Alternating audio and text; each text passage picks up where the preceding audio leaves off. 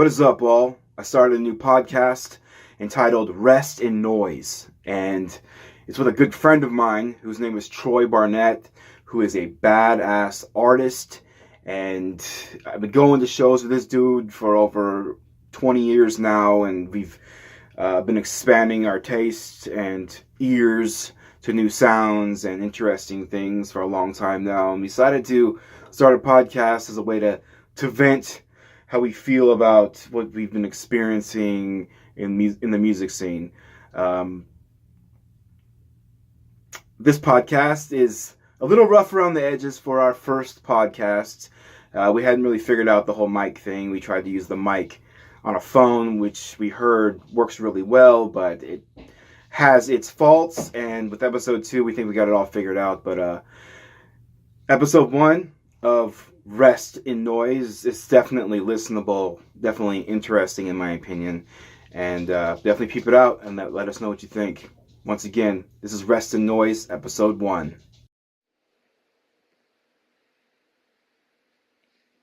Full recording? Yeah. Right on. So what did you think about that performance by Power Trip at that Loudwire? I mean, the sound was okay. Right. But the energy you could see was on point. Definitely. It felt like Ace of Spades Part 2. Tinny and just too clean and not, I don't know. Oh, you're talking about the Motorhead cover. Well, all of it. Oh, just the way it sounded. Yeah. That song's deserving, though. Song of the year. Hell yeah. Swing of the Swing of Axe. the Axe is fucking fire, dude. Yeah. Well, like I was saying, I didn't realize where the hardcore influence was coming from until after we saw him play at the Aftershock Festival. Uh-huh. And then I saw the split with Integrity, and then it fucking clicked like like fire. I mean, then I realized why there were kids throwing hardcore kicks and shit in the pit. Oh, yeah.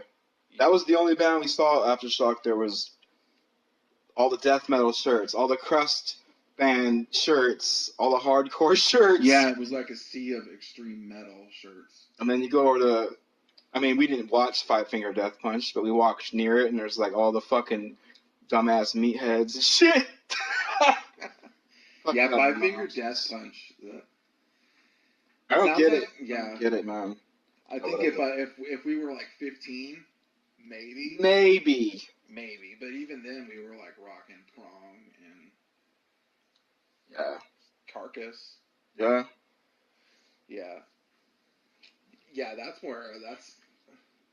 See, like when we talk about roots of music and what we like, I know we both go back into punk rock is like what made us. Oh, totally.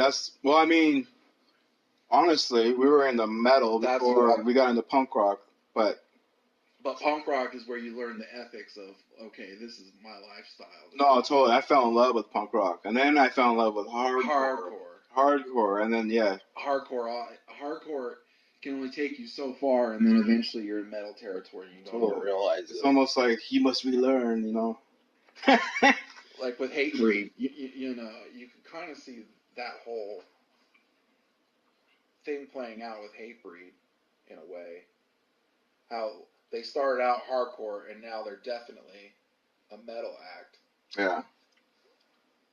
But the funny thing is now they're playing Warped Tour, which is primarily like a punk rock venue. Emo too. Yeah. No shit. It's really weird how Warped Tour is now. Yeah. I think we went to one of the Warped Tours where Devil Wears Prada was playing. I think so too, yeah. And we were like, well, I don't get it. What's happening? What happened to all the punk bands, all the... Yeah. I don't know. Yeah, it was fun seeing... Because every year you used to be able to go to the Warped Tour and you could count on seeing Blink-182, Love 'Em or Hate 'Em. Yeah. No Effects. Love 'Em or Hate 'Em. Yeah, Rancid. Right. Yeah. Yeah, and then all of a sudden it was one year we went, and then it was like Yellow Card and fucking... Yeah. And then a sea of bands I've never even fucking heard of. Yeah. But we did see Ass Jack. Yeah, that was interesting. Hank We were like, we man. thought we stepped into like some fucking metal portal or something, and all of a sudden, that was the same year I think you saw Isham. Probably. There was a year we saw a lot of good hip hop acts. Yeah. We saw Isham. What's his band? God damn it. You know. Anyways. Not Gravediggers. No, his horrorcore band. Anyways, it was interesting. There was no one watching Isham's horrorcore band. There was like 5 people there, and they just put on like a concert experience in the dirt. It was hot as fuck. Yeah. Yeah. That was the Warped Tours. Nodus. That's what they're called. Nodus. That's right, because somebody had a Nodus hat. Mm-hmm. Yeah. Nodus. There was a skater named Nodus. Right. Yeah, I didn't realize it. What it was meant to symbolize until I was older, and I was like, oh, that fucker. That was how I found out about a lot of punk rock bands back in the day. Was in the back of Thrasher. Like you'd see ads for Ministry, the Cramps. You'd see early 9 Inch Nails there. Oh, who else did you see? Subhumans. Is it recording?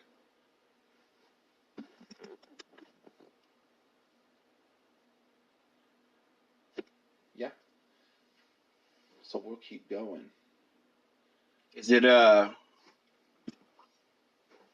says it's recording. Okay. There we go.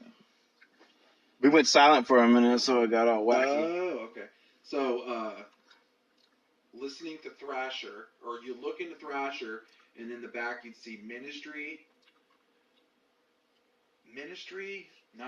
early 9 Inch Nails, Cramps, Subhumans, that I might have already just said Subhumans.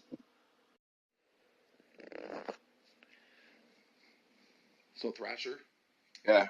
Yeah, so basically the way I went about finding out about punk rock bands back in the day, you have definitely your own story. I'll share mine because I'm 2 years older than you. And I'm your senior. But I used to go buy Thrasher magazine, and you look at the back. You buy Thrasher magazine, and then you go in the back to where you buy all the rock memorabilia and shirts and shit. And they would always, whatever band was in the back of there, you knew was edgy because you could only buy it through the magazine. Mm-hmm. This stuff, and it would be like Ministry, early 9 Inch Nails, Misfits, Cramps, Subhumans, Dead Kennedys, definitely. Oh, there's a couple others that I'm forgetting. Maybe DI. Black Flag. Black Flag was everywhere in the back of Thrasher. But then I know once me and you started hanging out, we were listening to Guns N' Roses, and then they were doing Misfit songs, and yeah, that's kind of where at least that's when. Actually, let me back up. I remember coming home one day and having you say, Matt or Evan came out, and they were like, "This is the shit. You got to hear it." And I was like, "What is this?" And then I went into Matt's room, and you had just bought Bedtime for Democracy. Oh, yeah. By Dead Kennedys. And I was like, oh, I remember this band. I used to be hella scared of them. I remembered I went to a used record store, and I traded in like a Tad record and like a Melvins record. Now that I love Melvins, I fucking. But back then, too. Yeah. But like Melvins are like gods. Yeah. And I traded in both those for a Dead Kennedys record. And that's a good trade. I'm sure they would both approve of. Well, I remember to this day the cashier's like, trading in some grunge for some punk rock. I'm like, yeah. Yes, I am.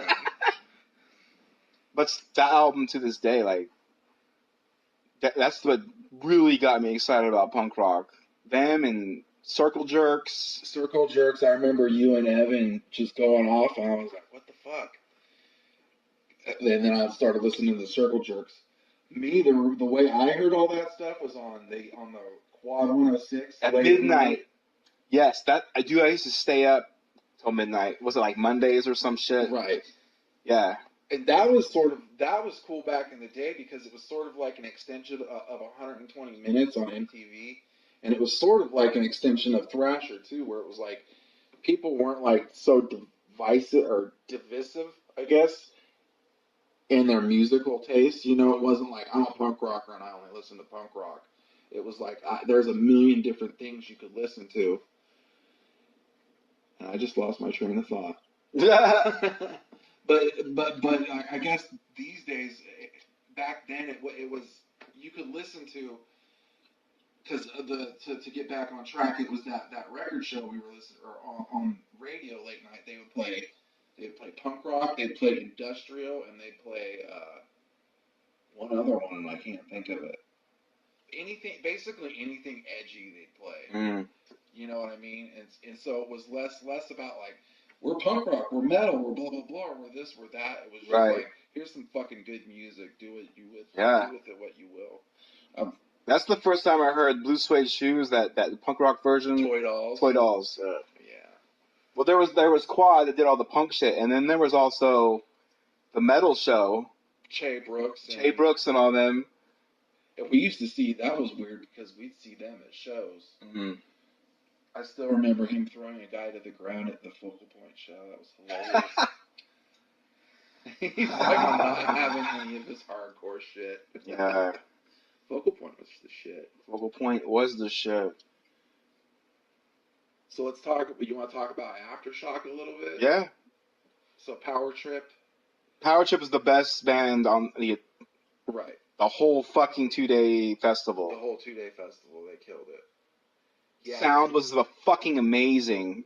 That tiny little stage. It wasn't even a tiny stage, but it was like away from everybody else. And the way it was lit at that time of day, it was like perfect. Yes. Yeah, it's that perfect. It was like the golden hour in the movies. Yeah, it was. Yeah, like almost dusk, but not quite. Right, and Power Trip was by far and away the best.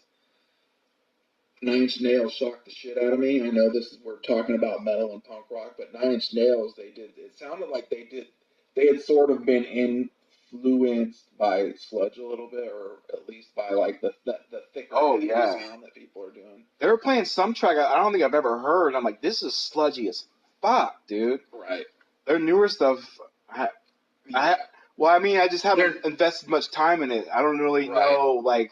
Their newer stuff, for me, the best way it's accessible is when you're in a car by yourself and you have that shit blasting. And you're like, and you're not really... You don't really have to... It's good when you don't have anything to do. That sounds weird, but it's like if you're just like cruising, it puts you in a different spot. Well, what about like cleaning the house? Same thing. Yeah. Okay. I honestly didn't get it. I did not get it until I heard the Social Network soundtrack, and then it all cracked open for me.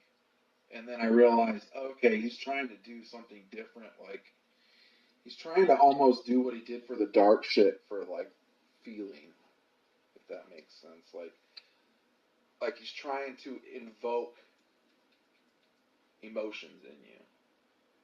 That makes sense. And it's not, and unless you want, which is why I say you have to be cruising in a car by yourself, because unless you want to go on those rides, those emotional rides that he takes you on, you're like, I don't want to do this. Yeah. Sort of like death metal for me. Sometimes it's like when I'm listening to like death metal, I have to. It can't just be any death metal.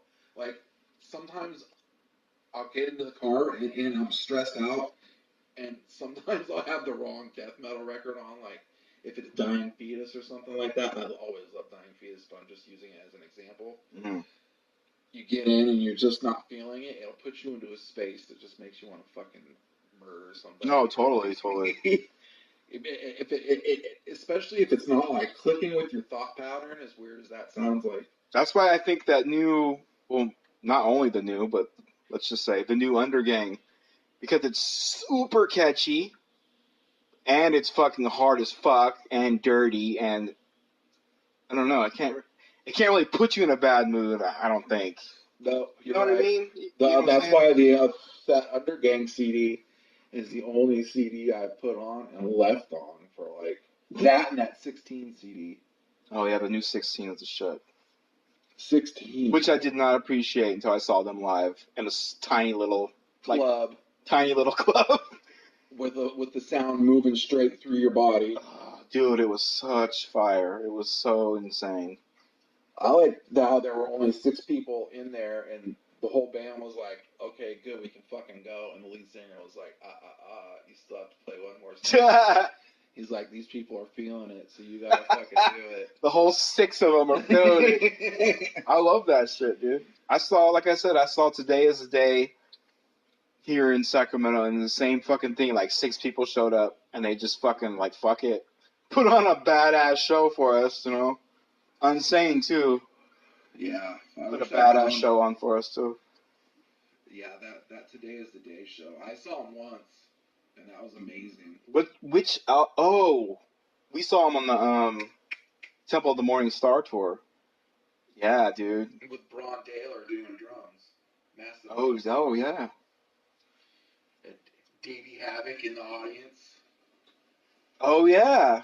I think we were talking to him because this was before he blew up. Yeah. He came up. It was like, oh hey, you and RJ from Rely. Yeah. And then it was Be Numb, which we caught the last 2 songs of. Yeah. That was at the Cocadree. Be Numb, we caught the last 2 songs of Morjon, which was all like black metals, black. I hardly remember that at all. And then we saw Soylent Green. Soylent Green was fucking amazing. It was fucking amazing. That's what made us go out and buy our Soylent Green records back after. Yeah. Sold them all. Well, shit, pre-internet, that's how we did our. Yeah, that's how you had to do it. Trading records all the time. Yeah, like okay, fit for yourself. It's not like today where you get everything right off the fucking internet. Let's research this. Jump on YouTube or whatever. Go down the rabbit hole and find out everything about that genre, who started it, why they started it. Right. That's why the Metal Encyclopedia is fucking amazing, dude. Yeah. And that's why it's like, oh, that's why Venom, people say Venom started black metal, and they don't really sound fucking black metal. At all. Yeah. But you I don't realize care what you say. It was the zeitgeist of it, you know, like the feeling of it. You watched that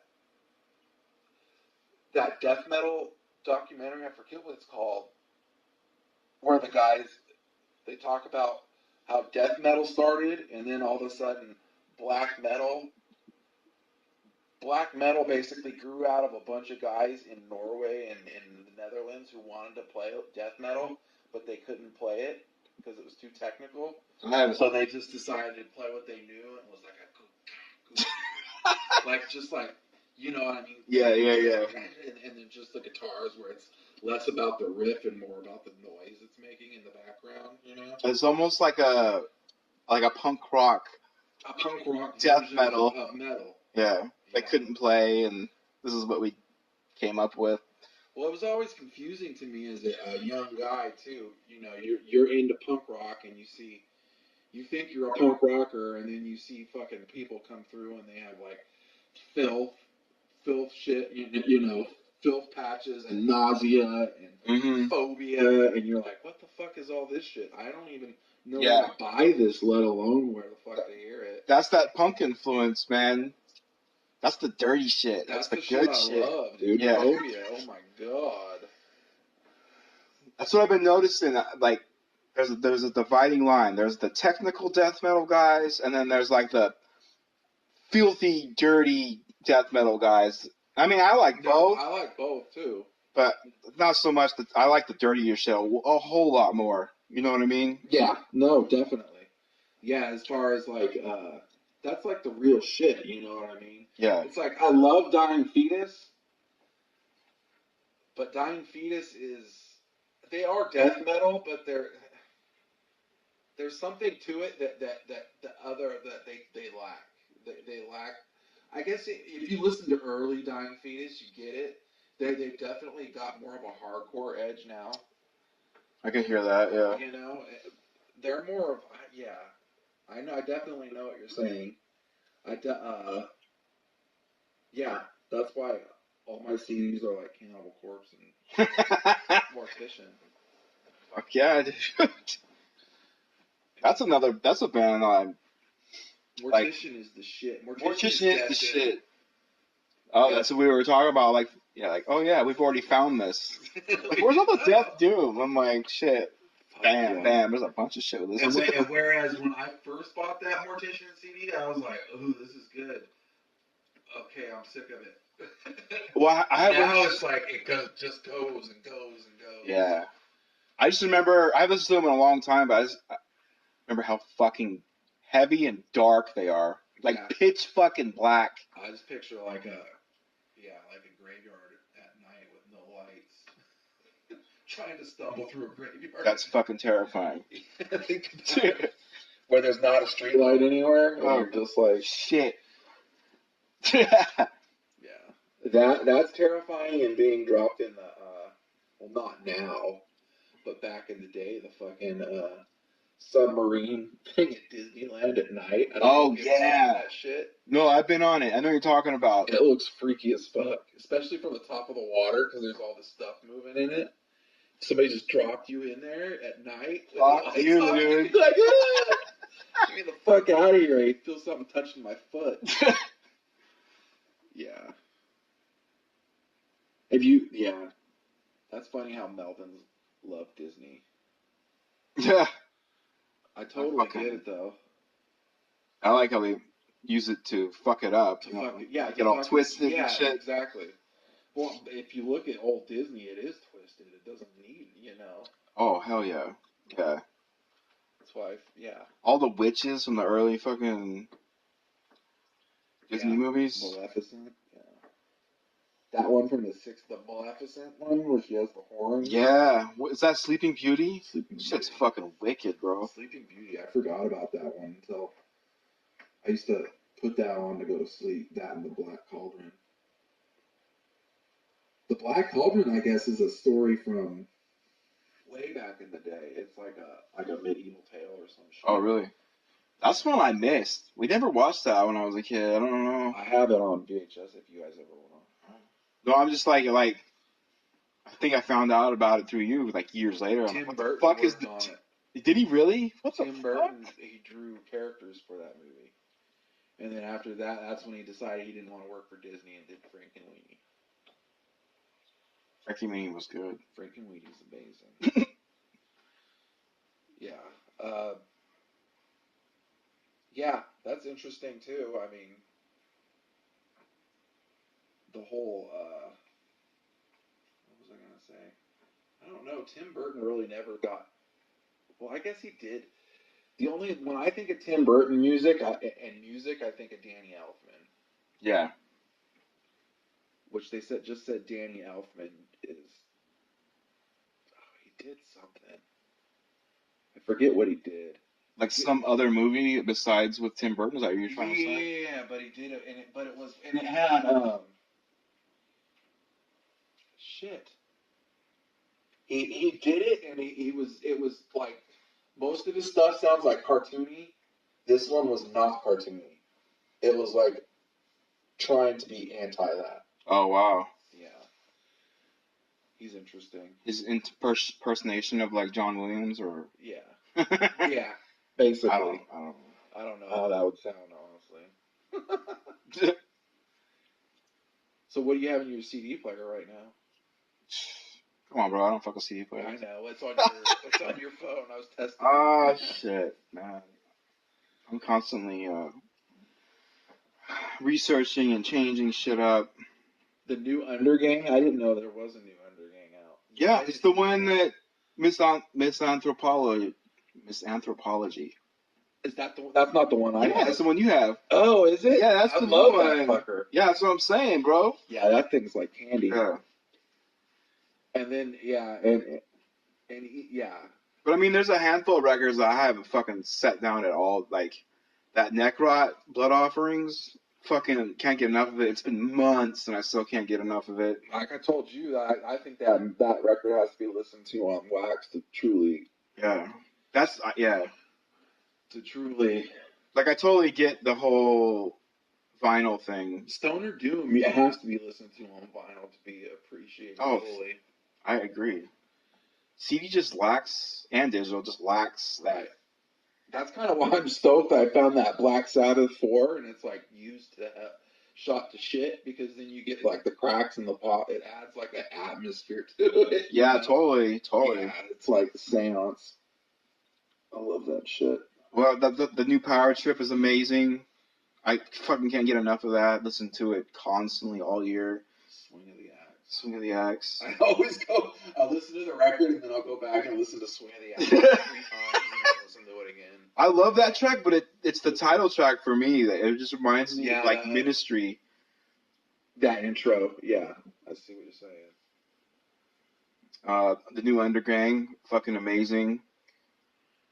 Yeah. Seeing them at who's that that band? Sorry, go ahead. Well, seeing them at that show too, it adds another layer. Oh, more appreciation for Way them. more appreciation, because I was good before, but now after you see it and you realize, oh, they're having fun. Like, yeah, and it's almost groovy. Totally, dude. It fucking grooves so much. Yeah, it almost made you feel like you're on heroin. It kind of makes me feel like I'm going down a slide for some reason. Yeah, no, definitely. Like a sort of like, what was their names? They had Mario Lawley from Fatso Jetson. What was the other band that we saw that day? Yeah, it just stopped. It's still recording. It just.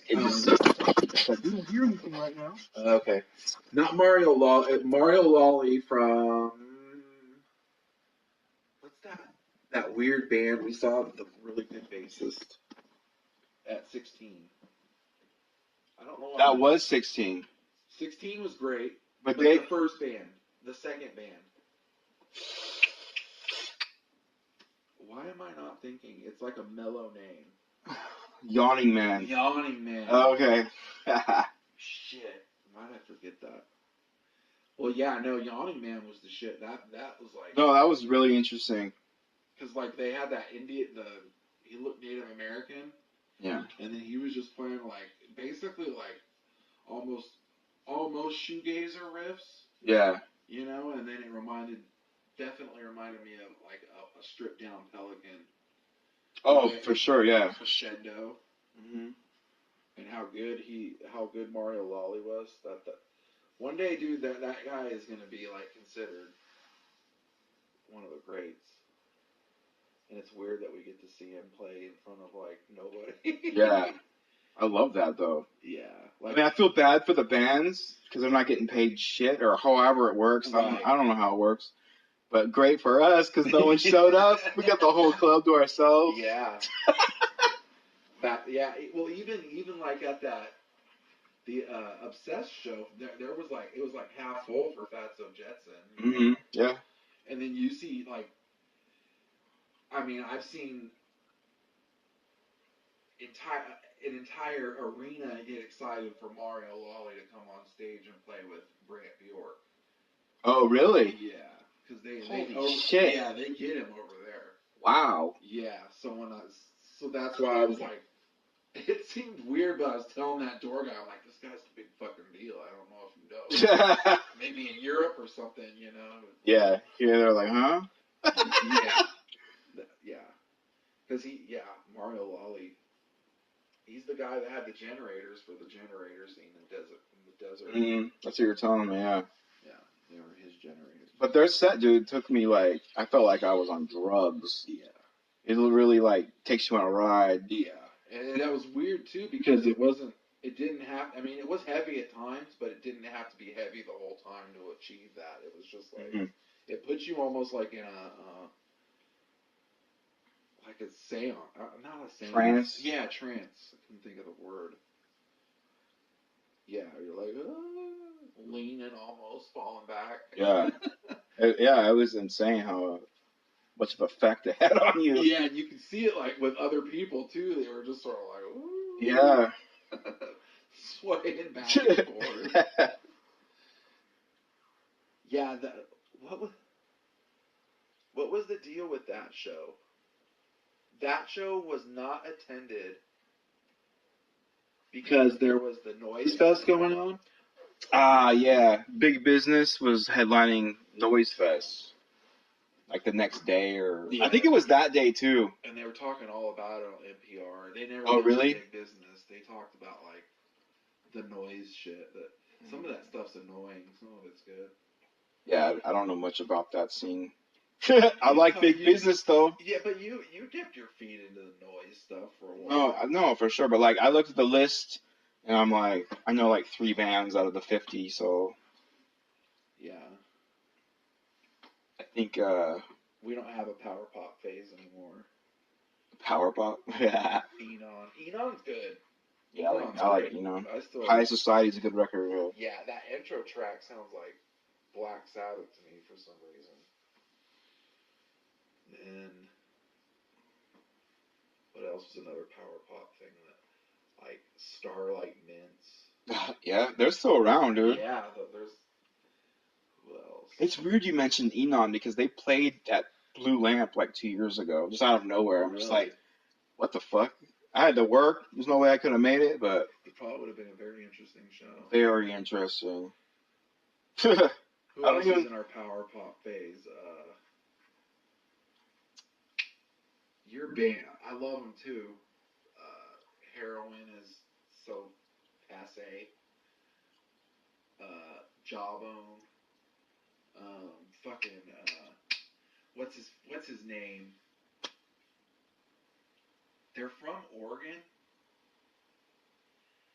The Velvet Underground. The Soft Boys? Not the Soft Boys. The Soft Boys are awesome. It's the one, Heroin is so passe.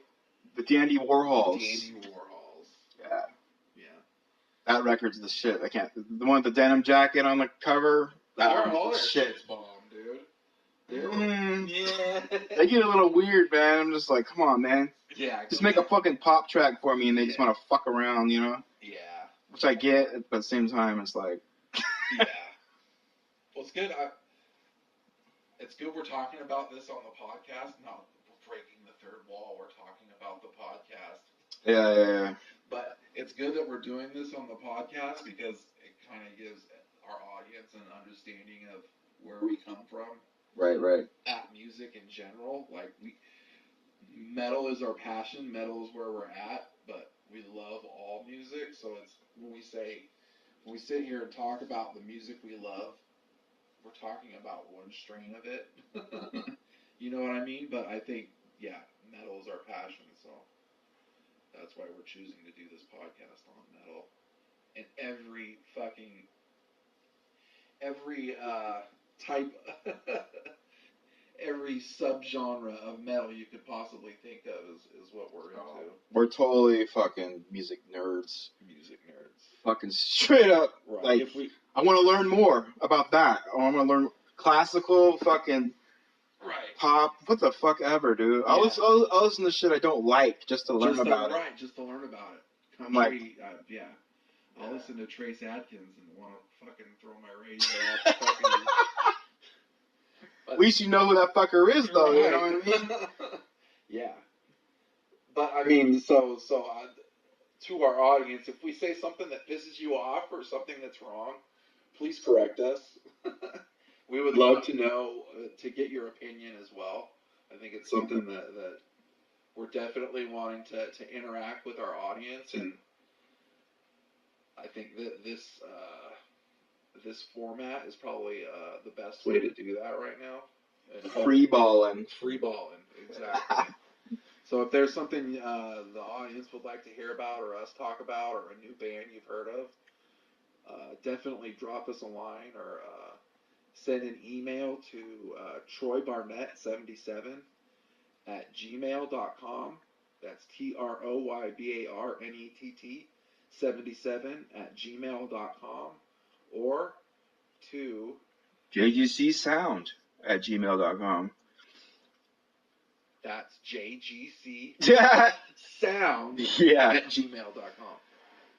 We look forward to hearing from you. I think we're definitely we look. I mean, how do I say it? We love music, and we definitely look up to people who have the same passion we do. So People like that are fucking hard to find, bro. right. I found like 3 or 4 my entire fucking life. You know what I mean? Right. But YouTube's a good spot. There's a lot on YouTube. For some reason, they congregate there. Right. Which is awesome. And your ass, you've already cracked the the YouTube code as far as what people want to see. I think you have an audience already. You know, so hopefully. Yeah. This is the beginning of something new and more of what they like about you already. Yeah. You know what I mean? So, I think Jason can agree that there's a lot of people out there that have definitely started doing something along the lines of what he's already done. But I think Jason would agree that he could probably do it better. I'm not cocky, but nah, dude. I just do my thing, whatever. Right. You don't like it, you don't like it, whatever. Exactly. But guess what? What I'm trying to say is that there's an audience, and they already have said they want to hear what you have to say about music, and they put. But I'm like that like at that 16 show, and there's like 6 people in the audience. Right. But I like all 6 of them, whatever. Right. No, yeah. But I ain't trying to be popular either, you know. Right, but I'm just like, I love music. From an honest place is what we're trying to. I guess is what we're trying to say. Yeah, totally. Like the whole reason I started a channel is because I'm like, I have all these bands I want to talk about, right? And no one to talk to about it. You know what I mean?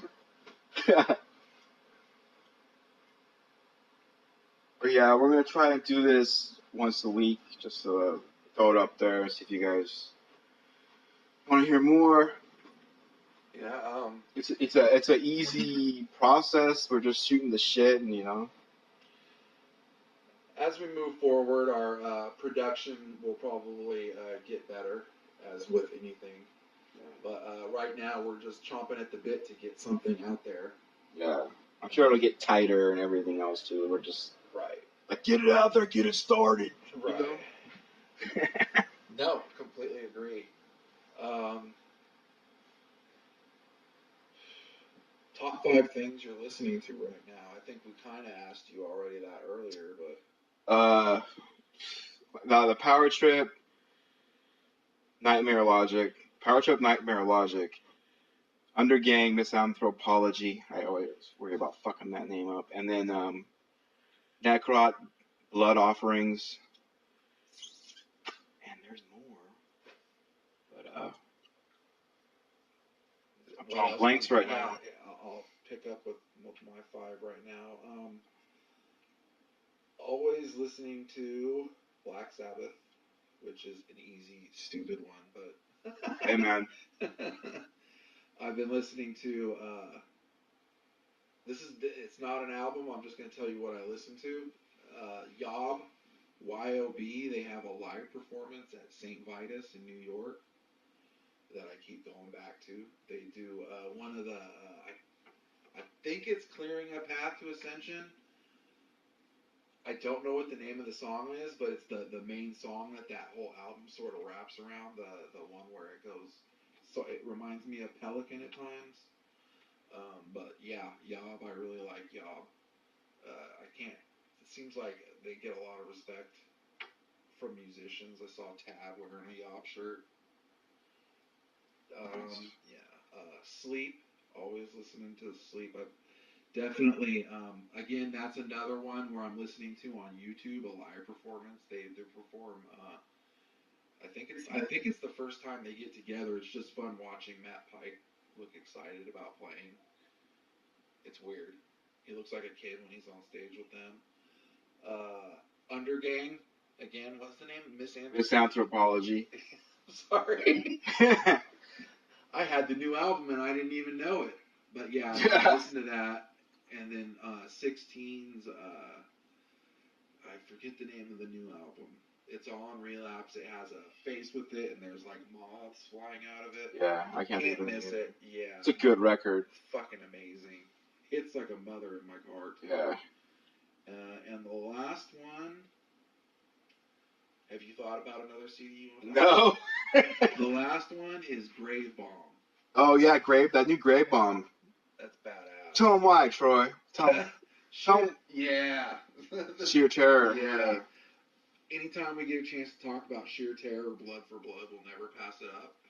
And Grave Bomb definitely sounds like, I don't know if they listened to Sheer Terror and were influenced, or it's just a coincidence. It's just a coincidence, but there's definitely a Paul Bearer style vocals to it, and just the sort of drunken animalistic side of Sheer Terror is definitely in Grave Bomb.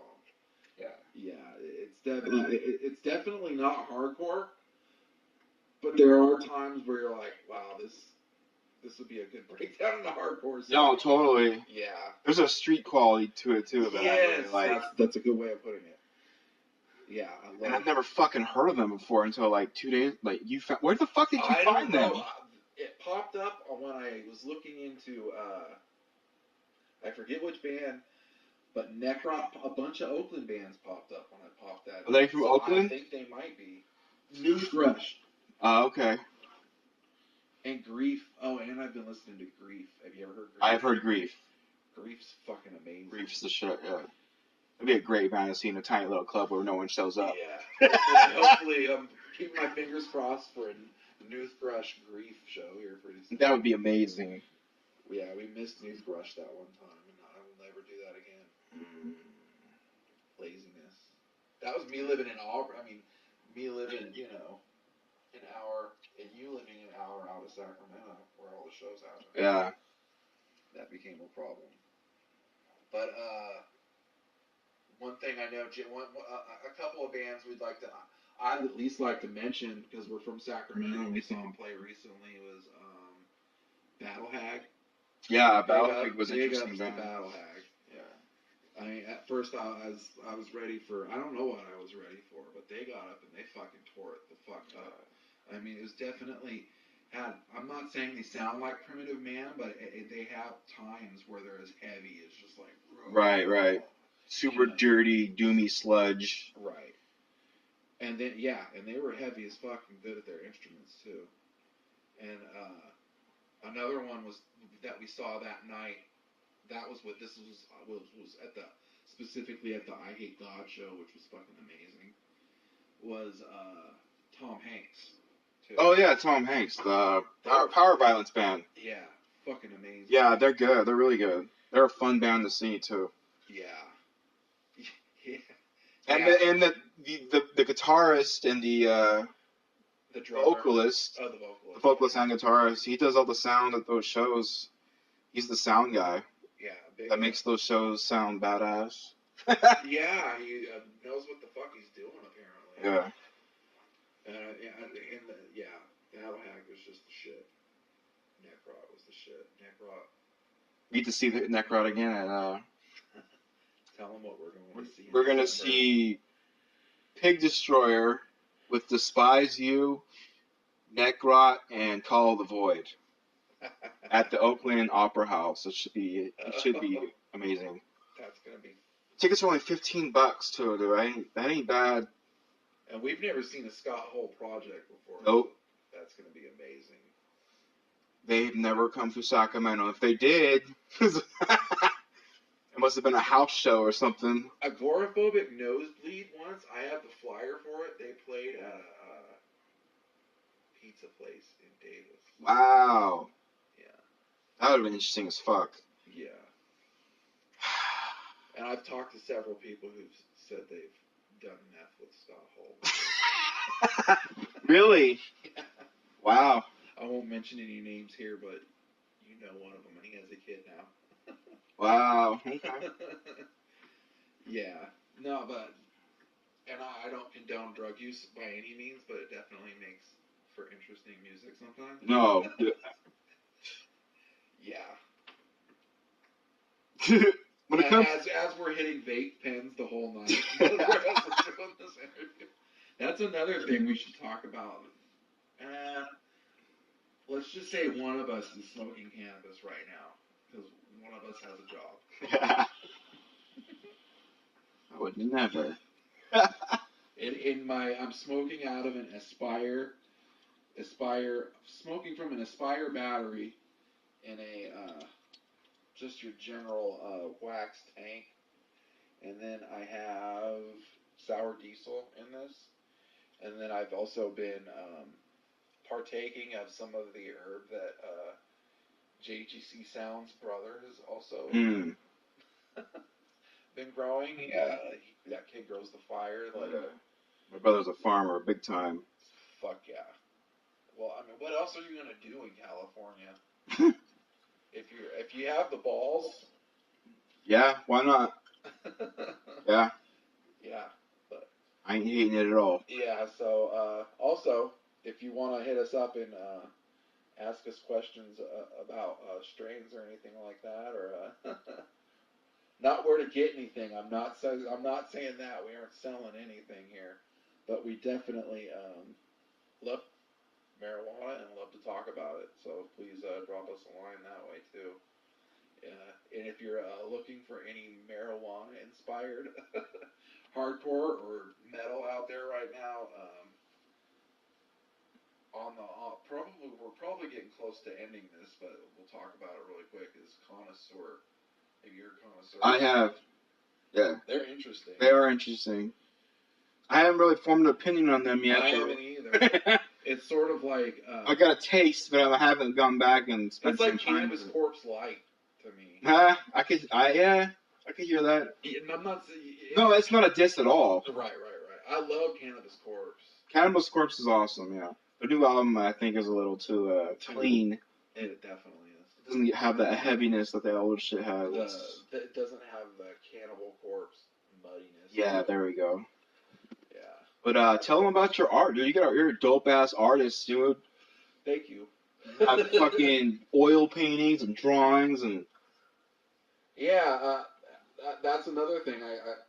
If you're a young band out there and you're looking for an illustrator to maybe do a trade or work out something, I don't know. It doesn't necessarily have to be monetary. CDs, records, shit like that. Like trade the T-shirt for a piece of art? I don't know. T-shirts, yeah. Whatever band merch you have. If you're looking for new shit or looking for a flyer to be drawn, definitely hit me up at troybarnett77@gmail.com. You're up on Facebook too, bro. Yeah, hit me up on Facebook at troybarnett.com. Yeah, at troybarnett at Facebook. And then I also have an Instagram feed that you could probably, it's sort of weak right now. I believe that's at Troy Barnett too. When we post this, we'll probably put it on YouTube at some point too, and we'll put links on it. So, yeah. So everybody could, and maybe even in the future, maybe post links to some of the local metal that's coming out of Sacramento and give some ups to those people, because we know there's definitely some cool shit coming out of Northern California right now, and that's probably our main goal more than anything, is to tap into that and get the word out about some of the shit that's happening out here, because I mean, we live right next to Oakland, and we consider ourselves pretty tapped in, and there's a lot of new bands coming out right now. Yeah. Fuck. Oakland's a hotbed, dude. Hotbed. And then when you learn about, in the past, about, basically thrash coming out of England and and the Bay Area, it doesn't take long before you realize where some of these bands might be heading. So, hit us up. Anything else? Nah, man. Let's do this again soon, though. Yep, we will do this again soon. Look forward to talking to you guys. Have a good one. I hope I don't hog it too much.